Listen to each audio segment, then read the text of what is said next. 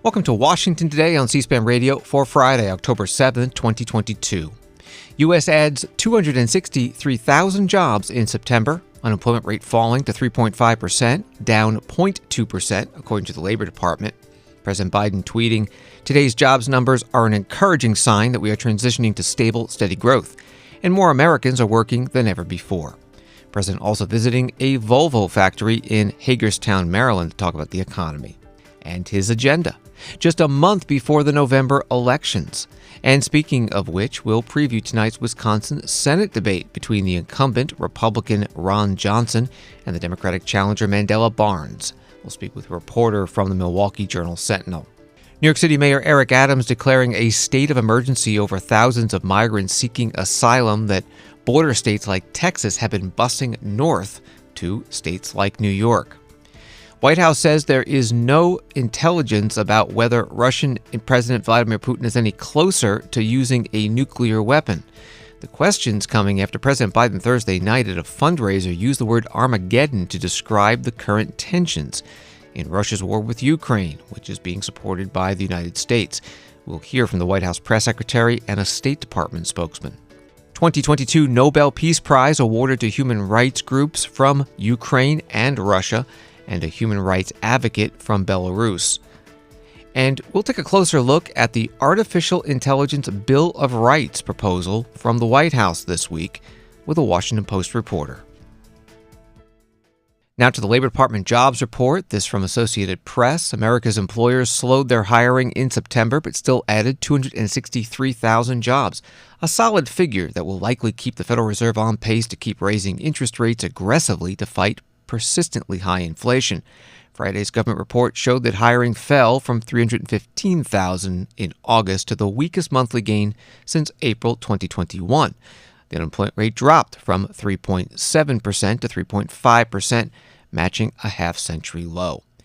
This also from the AP article. Last month, hourly wages rose 5% from a year earlier, the slowest year-over-year pace since December, but still hotter than the Fed would want. President Joe Biden talking about the jobs report during a visit to the Volvo Group Trucks powertrain plant in Hagerstown, Maryland. All across America, we're proving Made in America isn't just a slogan, it's a reality. We're proving that our best days are ahead of us, not behind us. Just look at today's jobs report.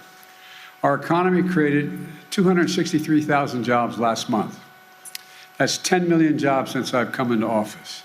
That's the fastest job growth at any point of any president in all of American history. Historic progress. The unemployment rate remains at a historic low, 3.5% unemployment. That includes the lowest unemployment among Hispanic Americans ever in the history of this country, the second lowest employment among black teenagers ever. And this recovery has been the fastest increase of people re-entering the workforce of any modern economic recovery.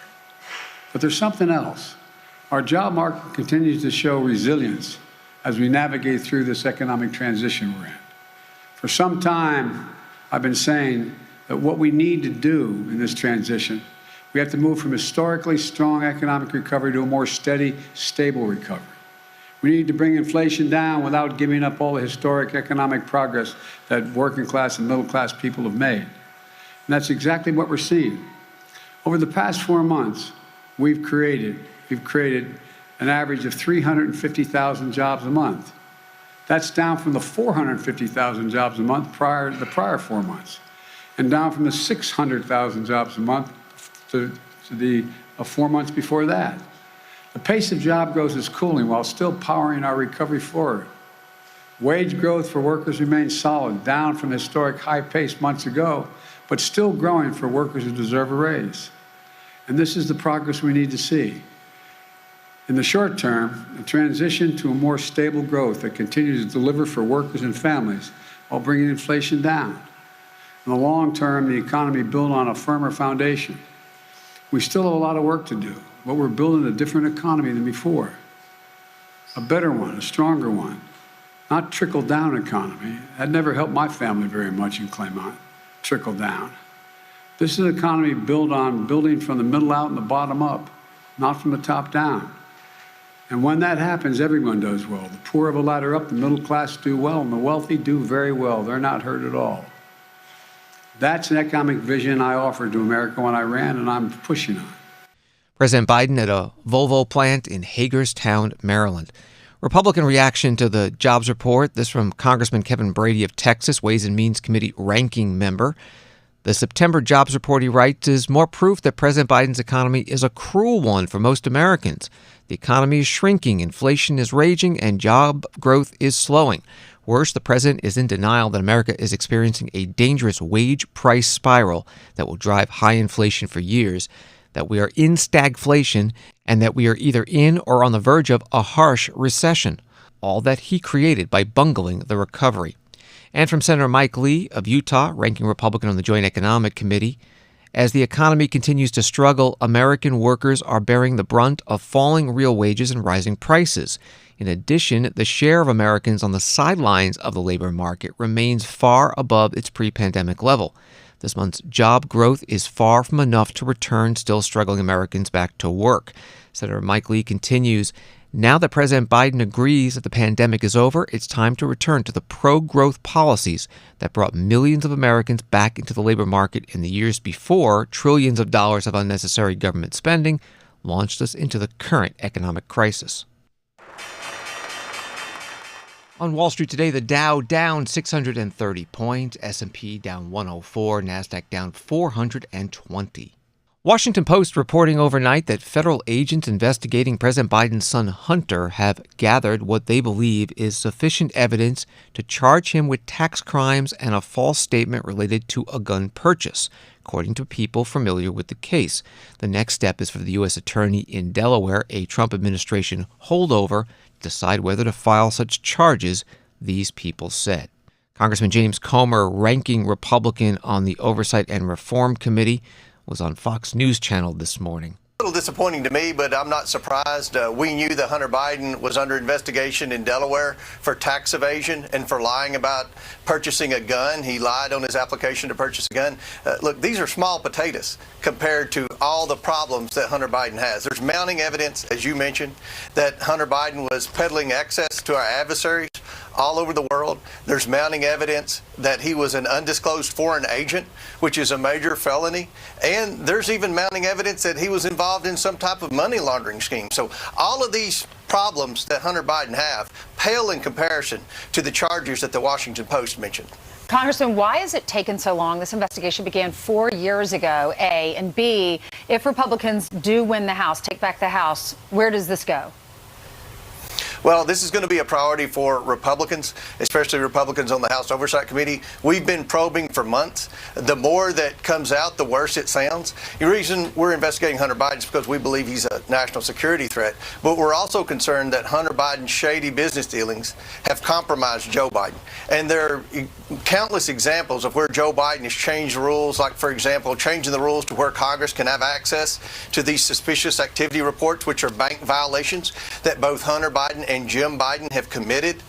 We are supposed to have access to that. Joe Biden changed rules. He has blocked Republican oversight at every corner. This impending indictment is just a drop in the bucket. We're going to continue our investigation of Hunter Biden. We honestly don't care if he lied on his application to purchase a gun. We are concerned about the national security threats and all the influence peddling that not just Hunter Biden, but the entire Biden family have been doing for over a decade. And the big question is, was Joe involved? And more evidence is coming forward to prove that he was involved. Congressman James Comer of Kentucky, ranking Republican on the Oversight and Reform Committee, on Fox News Channel Friday morning.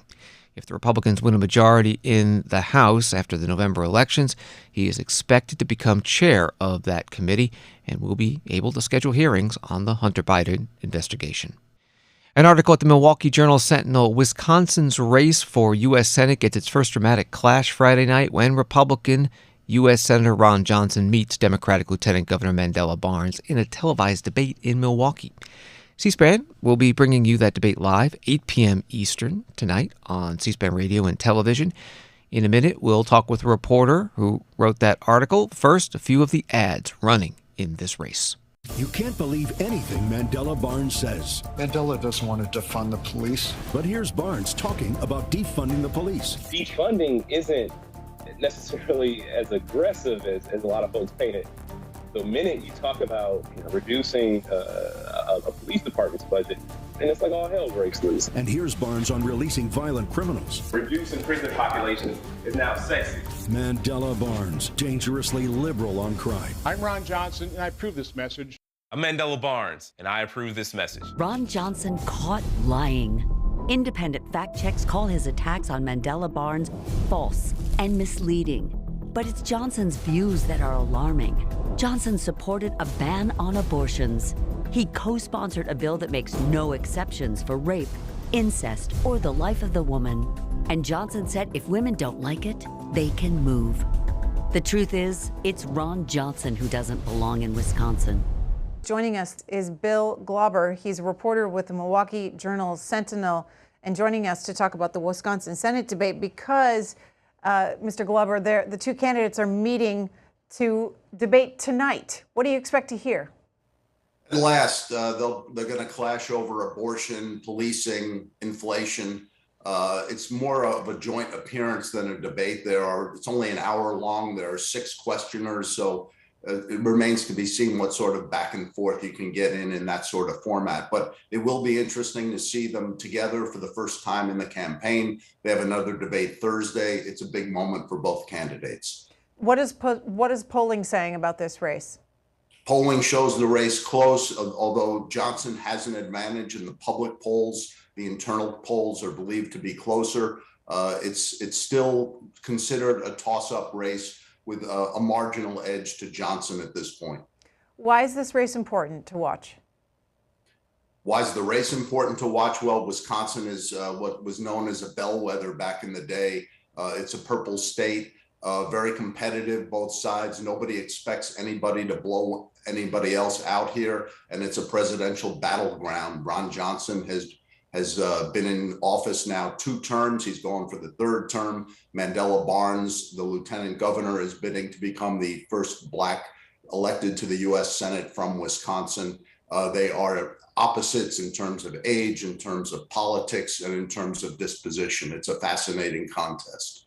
What parts of the state should folks be watching to see? Which part determines the winner of this Senate race? Well, I would say, obviously, for the Democrats, it's Madison and Milwaukee. They have to get tremendous turnout. But the area that I'm looking at, which could be a swing area, is the 3rd Congressional District, which is held by Ron Kind. It's in the western part of the state. He's a Democrat. He's not running this time. This 3rd district could be going decidedly toward Republicans. And that's an area that could determine the outcome of the Senate race. But it's going to be fascinating. We also have a governor's race as well as the other statewide offices. So what issues are helping the incumbent, Senator Ron Johnson? Well, Johnson entered after the primary. Barnes supposedly had a 7-point lead, according to the Marquette University Law School poll. And at that point, Johnson and his Republican allies battered Barnes over policing, security issues, crime. And that seems to have worked to get him back into the race and into what may be an apparent lead right now. There's just tens of millions of dollars has been spent trying to define Mandela Barnes, who has only run for statewide office once. What is hurting the incumbent, Senator Johnson?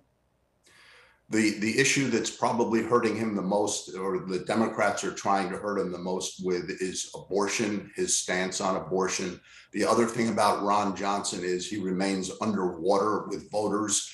That is, more voters are disapproving of the job he's done than approving of the job he's done. It's been that way for the last year or two. As you know, Johnson has been a focus in national debates over issues of the presidential election, the COVID crisis. So he is underwater with voters. How is it that Mandela Barnes has been able to keep this competitive? Well, Mandela Barnes basically won the Democratic primary by acclamation. It was a big primary, and then at the last moment, the other top contenders pulled out of the race when they realized that they could not beat Barnes, and so Barnes was the Democratic nominee. And that's going to get you 45-48% of the vote guaranteed in this state. There's very few voters in the middle to compete for, and that's what both sides are competing for. How expensive will this race be? Where are the candidates getting their money? And is Senator Johnson putting in his own money?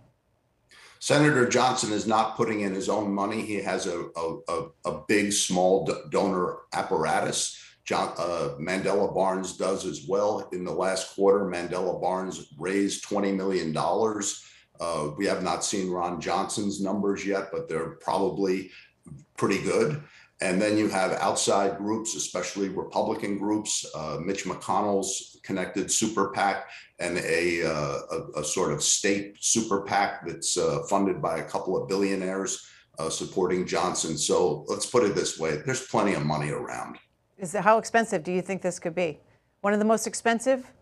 Oh, yeah. I can't put a dollar figure on, but it will be, yes, one of the most expensive. And the fact is, you get more bang for your buck advertising in Wisconsin than you do in other states. So, the public is now flooded with these ads. For the last month, the last 5 minutes of TV news is basically one ad after the next. To follow Bill Glauber's reporting, you can follow him on Twitter @Bill Glauber. You can also go to @Journal-Sentinel and jsonline.com. Thank you very much. Appreciate it. Thank you so much. Listen to or watch this debate live from Milwaukee tonight, 8 p.m. Eastern on C-SPAN radio and television, streamed at cspan.org and on the C-SPAN Now video app. New York City Mayor Eric Adams, a Democrat, declaring a state of emergency because, as WABC TV reports it, the number of people in New York City shelters is setting new records daily amid the unyielding arrival of asylum seekers bussed from Texas and elsewhere. Over 17,000 migrants seeking asylum have been bussed so far to New York City. Mayor Adams says, although our compassion is limitless, our resources are not. In the next few weeks, we'll be opening a large humanitarian emergency response and relief center on Randall's Island that will safely house hundreds of people who have found themselves in New York City at their long journey from our southern border. I will be there to welcome them and to stay with them, to hear their stories. But unless we take immediate action, that center will be full in days, and we will have to open another and another and another, even as winter weather arrives. As a result of that reality, today, I am declaring a state of emergency in the city of New York and issuing an executive order. This executive order will formally direct all relevant agencies to coordinate their efforts to construct the humanitarian relief centers, while also suspending certain land use requirements to expedite this process. New York City has already done more than nearly any other city to support this influx of asylum seekers. And we cannot deprive longtime New Yorkers of support and services, even as we address the needs of these new arrivals. It's not sustainable, and it is not right. New York City Mayor Eric Adams. His emergency executive order directs all relevant city agencies to coordinate their efforts to respond to the asylum seeker humanitarian crisis and construct the city's humanitarian emergency response and relief centers. Texas, one of the prominent states that has been busing the migrants, Governor Greg Abbott, Republican, tweeting today, sanctuary cities like New York City experience a fraction of what Texas border communities face every day. We'll continue busing migrants to New York City, District of Columbia, and Chicago to relieve our overwhelmed border towns until President Biden does his job to secure the border. Governor Abbott also interviewed about this on KLTV of Tyler, Texas on Thursday. The busing of migrants to sanctuary cities up north, is it a political stunt, or do you see it as a solution to a problem?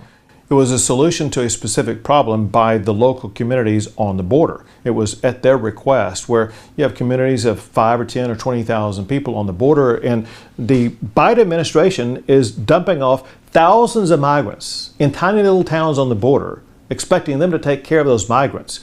And the least we can do is to help out those small communities by removing that burden from them and sending them to sanctuary cities New York, Washington, D.C., and Chicago are self-declared sanctuary cities of millions of people with far more capabilities of dealing with these migrants than these small little towns on the border. So this is a life preserver for the small communities in South Texas. But also it showed the hypocrisy of these cities in northern regions that were self-proclaimed sanctuary cities, but when they were confronted with the reality of having to step up and live up to what they promised, they were flummoxed and couldn't do it.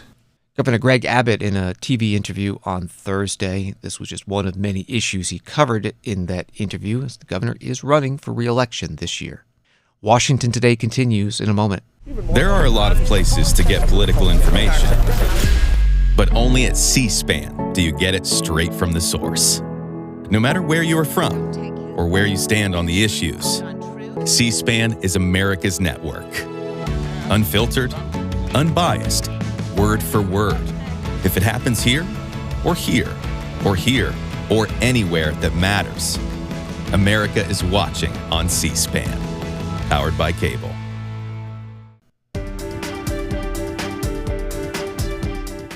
Welcome back to Washington Today, available as a podcast wherever you get your podcasts or on the free C-SPAN Now mobile video app. White House Press Secretary Karine Jean-Pierre saying the Biden administration has not seen any new intelligence to indicate an imminent threat of Russia using nuclear weapons.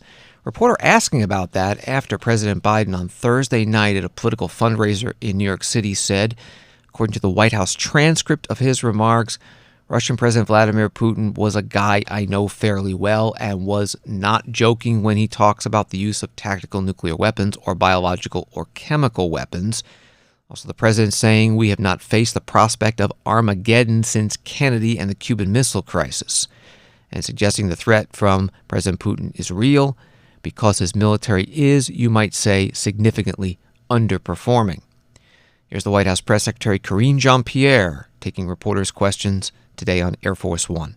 Did the president plan to use the word Armageddon? Why did he choose that particular reference to Revelation 16:16? Okay, so Russia's talk of using nuclear weapons is irresponsible, and there's no way to use them without unintended consequences.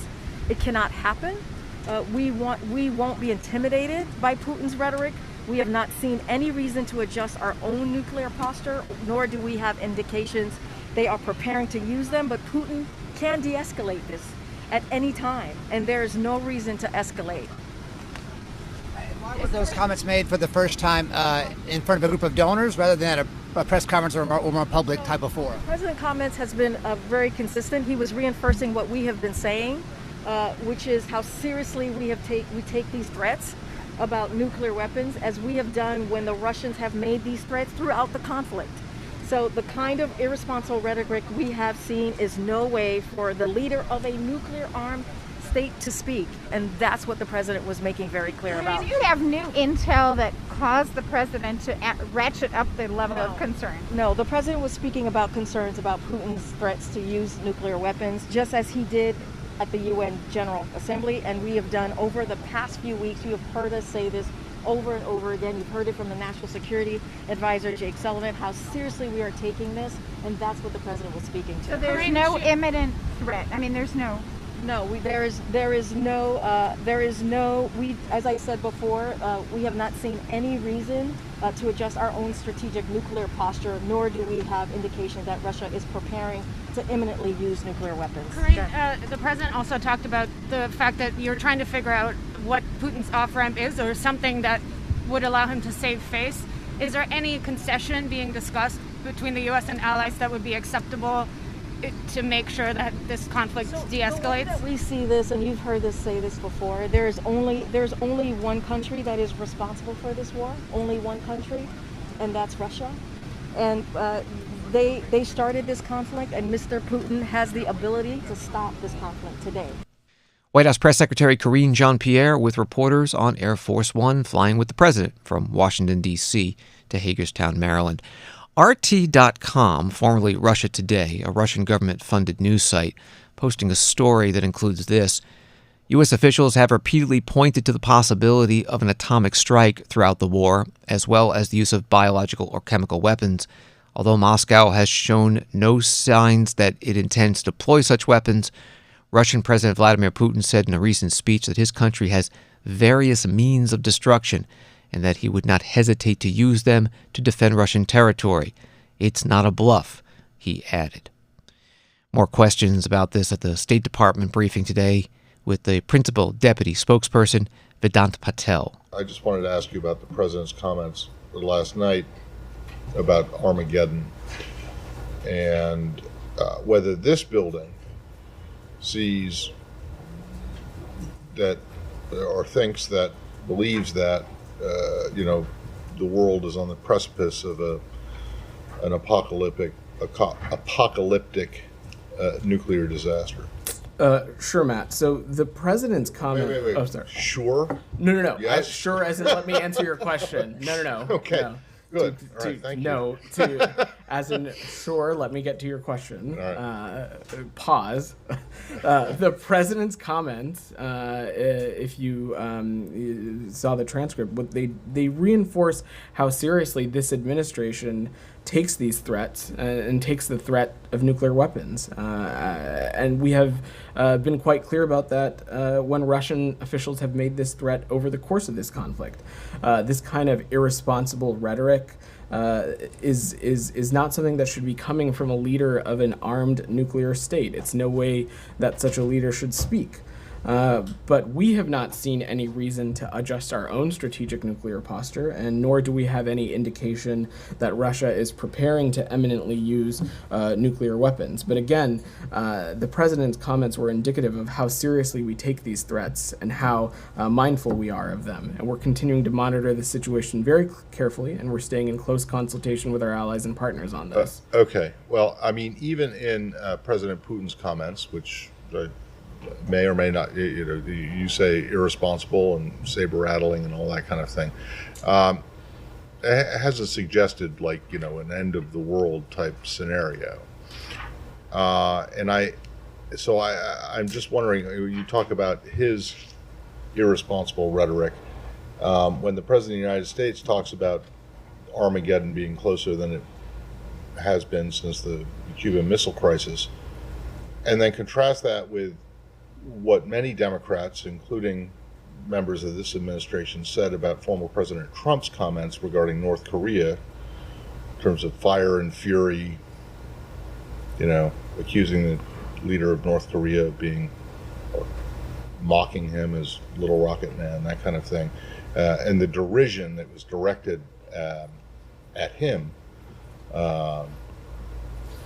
by many on the other side. I'm just wondering how do you square those things? Do you not think that that President Biden is adding to? I don't think so at all, and I'm certainly not trying to. I would agree with the notion that you alluded to, that the words of a president matter, and what President Biden was speaking to yesterday was how seriously we take these threats and how seriously we take the threats of nuclear weapons, and we have raised these similar concerns when Russian officials have used this kind of language previously, and we've also communicated directly with the Russian Federation the kinds of consequences should such an action take place. So these are apples and oranges situations, Matt. And to be quite candid, in this scenario, there's only one country and one president that is infringing on the territorial integrity and sovereignty of another and illegally attacking and invading another. And in the context of the use of nuclear, in the course of this context guide. Sorry, I lost my train of thought. But what this is about is President Biden's comments were quite clear that this is about how seriously we take this threat. But I would again reiterate that we've not seen any reason to adjust our own nuclear posture, nor do we have any indications that Russia is preparing to eminently use nuclear weapons. Imminent. Yeah. State Department Principal Deputy Spokesperson Vedant Patel. From CNN, the head of the Center for Civil Liberties, whose organization jointly won the Nobel Peace Prize on Friday, has called for an international tribunal to bring Russian President Vladimir Putin, Belarusian President Alexander Lukashenko, and other war criminals to justice. That group is based in Ukraine, and it shared this year's Nobel Peace Prize with a civil society organization in Russia and an activist who's currently in jail in Belarus. The announcement of the Peace Prize made earlier today in Oslo, Norway, by the chair of the Norwegian Nobel Committee, Berit Reiss-Andersen. The Norwegian Nobel Committee has decided to award the Nobel Peace Prize for 2022 to one individual and two organizations. The Peace Prize laureates represent civil society in their home countries. They have for many years promoted the right to criticize power and protect the fundamental rights of citizens.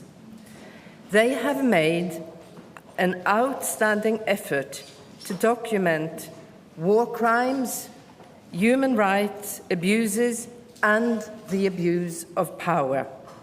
Together, they demonstrate the significance of civil society for peace and democracy.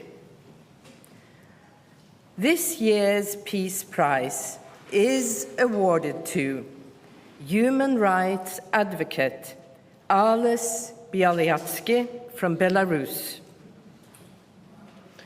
the Russian human rights organization Memorial, and the Ukrainian human rights organization Center for Civil Liberties. Chair of the Norwegian Nobel Committee, Berit Reiss-Andersen, in Oslo earlier today. That audio from the website nobelprize.org. On that same site, there is a post-announcement interview. Here's a question asking directly about the award and Russia's invasion of Ukraine. This is an area of Europe in deep trouble now, harassed by war and unrest in many ways. What kind of signal is it the Nobel Peace Prize Committee wants to convey? Well, our major signal is always peace, no more war, end the war, and develop societies that are sustainable against authoritarian regime that have a tendency to suppress and commit aggression acts. That is our message. Is it fair to say that this year's prize has an address, namely the Kremlin? Not particularly the Kremlin, but the Kremlin is part of this war and is the aggressor in the war. The address is to the people who are standing up against this development and authoritarian regime. We give a prize for two people who are champions of peace. We do not give a prize against anyone. Part of an interview with the Norwegian Nobel Committee chair, Berit Reiss-Andersen. The three winners of the Nobel Peace Prize will share prize money of 10 million Swedish krona. That's about $900,000. Nobel Prizes will be officially awarded to the laureates at a ceremony on the anniversary of Alfred Nobel's death, December 10th. This is Washington Today. The White House this week releasing a blueprint for an Artificial Intelligence Bill of Rights, a set of proposed guidelines to ensure that AI, as it becomes more prevalent in modern technology, is safe, transparent, and doesn't violate people's rights. Coming up, we'll talk with a Washington Post reporter about the specifics of this White House proposal. First, from the rollout day this past Tuesday, Alondra Nelson, Deputy Director, White House Office of Science and Technology. In a year of discussion and engagement, we heard from hundreds of people representing the diversity of day-to-day experiences in the United States. We heard about the ways artificial intelligence and automated systems are making life easier for people across the country, helping doctors identify disease early, helping farmers grow food more efficiently, helping small business owners save money and serve their communities. But we've also learned time and time again about people falling victim to discrimination at the hands of artificial intelligence and machine learning. Home seekers whose applications to apartment rentals were inexplicably rejected. women who've been automatically sorted out of STEM job applicant pools with no way to seek recourse, immigrant workers being surveilled by their employers with intrusive monitoring technologies, students erroneously accused of cheating by AI-enabled video surveillance, parents arrested and jailed after being misidentified by facial recognition tools, patients blocked by a biased algorithm from receiving a life-saving organ, young people losing their sense of self because of the online world in which they live, entrepreneurs and engineers who recognize these problems but don't have the tools to root them out. Alondra Nelson, Deputy Director, White House Office of Science and Technology, on Tuesday. With more on the White House Artificial Intelligence Bill of Rights proposal, joining us on the phone is Cristiano Lima, business reporter who writes the Technology 202 newsletter for The Washington Post. Thank you so much. What is this blueprint that the White House put out?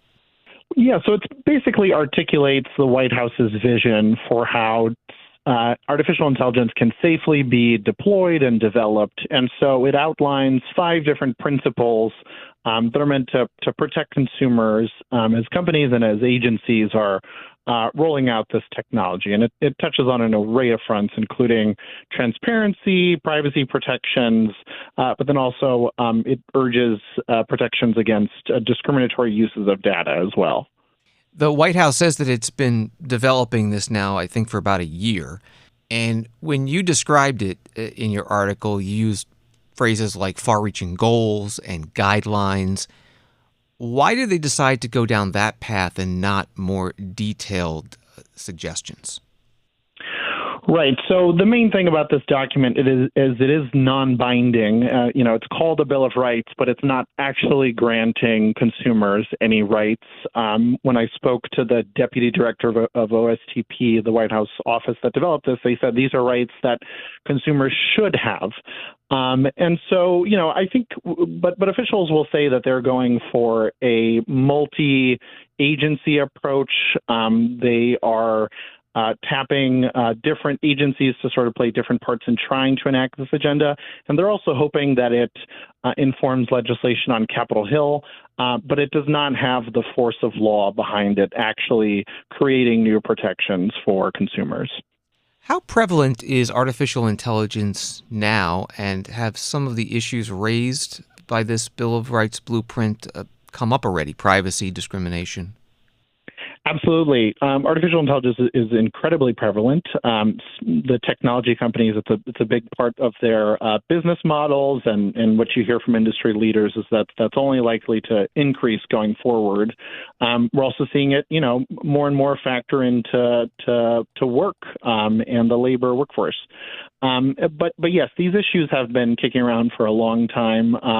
There was actually legislation introduced earlier this year around data privacy that tackled some of these issues around discriminatory uses of data. And there have been efforts for years to increase protections around transparency for use of data in emerging technologies, and some of these other protections that the White House proposed. But so far, not a lot of them have become law and been enshrined into our legal system. And so I think certainly the White House is hoping that this will be the beginning of additional actions that start seeing some of these protections actually enshrined. We're talking with Washington Post reporter Cristiano Lima. What has been the reaction from the advocates for protections and the technology companies to this White House proposal? So, we've heard a lot of praise from industry. This is something that they've been anticipating for a long time. But privacy advocates, I think, feel somewhat unfulfilled by it because of the fact that it does not actually grant these protections. They've been calling for lawmakers on Capitol Hill to pass laws on the books or for there to be some more robust federal action for a long time. But there are steps that the administration did announce that it's taking as a part of this. Some had previously previously been announced, but the Federal Trade Commission, which is one of the primary data privacy cops on the beat, they've been looking more at this issue of discriminatory uses of data and AI and some of these other issues. And, they announced steps by other agencies, including the Department of Education, the Department of Health and Human Services, who all said that they're taking different steps to look at the ways that artificial intelligence is seeping into different industries and different sectors of our economy in our country. Finally, we're talking about this sort of in a negative light.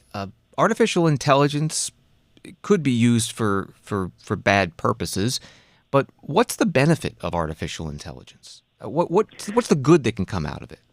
Yeah, absolutely. Artificial intelligence has been used to innovate in a lot of these industries I just mentioned, in education, in the classroom. We're seeing it become a really integral part of the healthcare system, especially as people shift more remote work and dealing with care sort of virtually at times. And this has been part of the pushback that we've heard from industry since the principles came out, is that it is talking a lot about sort of reining in some of the abuses of the technology. The Trump administration had put out an executive order on artificial intelligence, and a piece of that was talking about concerns about overregulating the technology. And so we'll see as agencies implement these steps, whether advocates and industry think that it's overregulation, underregulation, and what it means for consumers. Cristiano Lima, business reporter for The Washington Post, author of the Technology 202 newsletter. Find his work at WashingtonPost.com, and on Twitter he's at Via Cristiano. Thank you very much. Thanks for having me. The story posted by Politico, President Joe Biden signed an executive order Friday that would limit the ability of American national security agencies to access people's personal information as part of a transatlantic data sharing agreement with the European Union. The decree follows lengthy negotiations between the United States and the EU after the bloc's highest court ruled in 2020 that Washington did not sufficiently protect Europe's data when it was transferred across the Atlantic. Thanks for listening to Washington Today. Subscribe to C-SPAN's evening newsletter word for word to get the top Washington stories sent to your inbox every day. You can sign up at c-span.org/connect. Have a good night and weekend.